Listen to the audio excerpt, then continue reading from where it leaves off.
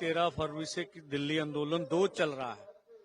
इस आंदोलन को लिए कुचलने के लिए जिस तरह से नेशनल हाईवे पे दीवारें निकाली गई और जिस तरह से फोर्सें लगाई गई, हमारे 433 किसान जख्मी हुए, शहीद शुभकर्ण सिंह शहीद हो गया और हरियाणा में 70,000 के करीब अर्धसैनिक फोर्स लगाए गए।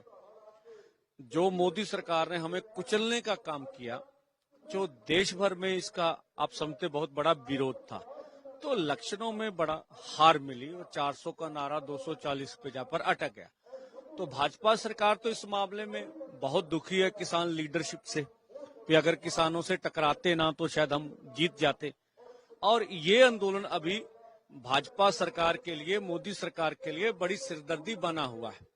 अब अन्य राज्यों में भी इलेक्शन आ रहे हैं, तो मोदी सरकार जिस तरह से केंद्रीय एजेंसियों का दुरुपयोग करती रही है, तो उन्होंने पहले आंदोलन में भी केंद्रीय एजेंसियां इस्तेमाल की थी किसान लीडरों के खिलाफ। इस बार भी आज सुबह क्रांतिकारी यूनियन की मुख्य लीडर मैडम सुखविंदर कौर, उनके घर के ऊपर एनआईए का छापा डाला और उनके पति, उनका बच्चा, उनकी बहू, उनकी 90 साल की माता घर में थी। लंबे समय तक उनके घर को घेर के रखा गया। ये छापेमारी का टाइमिंग आप देखिए, कल हम लोग 200 दिन पूरे हो रहे हैं, लाखों के इकट्ठ कर रहे हैं और इसके बीच छापेमारी हो रही है। और मोदी सरकार को लगता है कि अगर हरियाणा में डैमेज से बचना है तो किसान लीडरों को डरा धमका लिया जाए और उसी लड़ी के तहत किसान लीडरों के घरों के ऊपर छापेमारी हुई।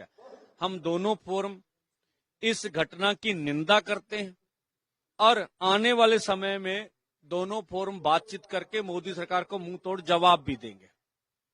पहले उन्होंने हमारे ऊपर खालिस्तानी होने का टैग लगाया, अब इस छापेमारी के बाद अन्य बातें भी हमारे खिलाफ की जाएंगी, जिस तरह की संभावना से इनकार नहीं किया जा सकता। लेकिन हम देशवासियों को ये आश्वस्त करना चाहते हैं कि ये किसान मजदूरों के लिए ये आंदोलन है। हम एनआईए से, केंद्रीय एजेंसियों से डरने वाले नहीं है। अब देश भर में आंदोलन बड़ा हो रहा है, उसके डर भी है और हम तब तक मोर्चा जारी रखेंगे जब तक किसानों की पूरी सूरी मांगे मान नहीं ली जाती। हम एनआईए से, किसी एजेंसियों से डरने वाले नहीं है, ये हमारा कहना है। आगे कोई पंचायत? हाँ, देखिए आगे हरियाणा में 15 सितंबर को जीत में बड़ी महापंचायत होगी। इसके अलावा 22 को पिपली में बड़ी महापंचायत होगी। पूरे हरियाणा के लोगों के समक्ष हम जो कुछ किसानों के साथ हुआ, अब हरियाणा को याद करवाएंगे। जब हरियाणा के लोग बॉर्डर पर आते थे तो उन्हें कहा जाता था आपका पासपोर्ट कैंसिल कर दिया जाएगा, आपकी जमीन का इंतकाल है उसमें रेड लाइन डाल दी जाएगी, आपके सर्टिफिकेट जो है वो आपको रोक दिए जाएंगे, नौकरी नहीं करने देंगे। किसान लीडर के घरों में नोटिस लगाए गए, पैरामिलिट्री फोर्सेस ने उनके घरों में जाके कहा आपकी घरवाली उठा के लेके जाएंगे। तो ये सभी बातें और जो किसान आंदोलन के ऊपर जुल्म हुआ और जो किसानों की मांगे, इन सब के लिए वो सब लोगों के बीच अपनी बात लेकर जाएंगे। कंगना रनौत का एक बयान बड़ी चर्चाओं में किसानों के लिए, उसको किस तरीके से? हाँ, कंगना रनौत जी अपने जो बयान, इस तरह के बयानों के लिए बड़ी विख्यात हैं। कंगना रनौत नहीं, भाजपा के पास 20-30 लोग हैं इस तरह के बयानबाजी के लिए स्पेशल रखे गए। अब रमनीत बिट्टू जी भी पहले समय में इस तरह की बातें करते रहे हैं, तो अन्य लोग भी हैं, जैसे आरएसएस और संघ ने भी हमारे खिलाफ बयान दिया था कि इलेक्शन में ये बदअमनी, अराजकता फैलाएंगे। वो भी आपने देखा होगा, हमारे ऊपर पहले खालिस्तान के बारे में बात की गई।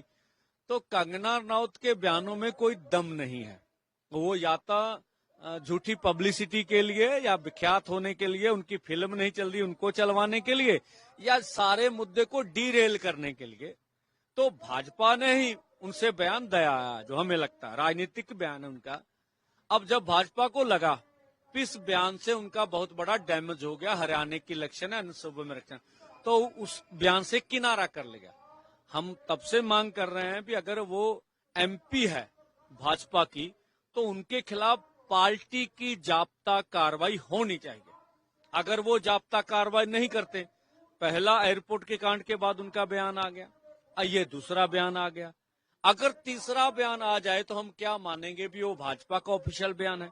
अगर भाजपा इस तरह के लोगों के ऊपर कड़ी कार्रवाई करे तो शायद कोई इस तरह का आगे का बयान ना दे सके।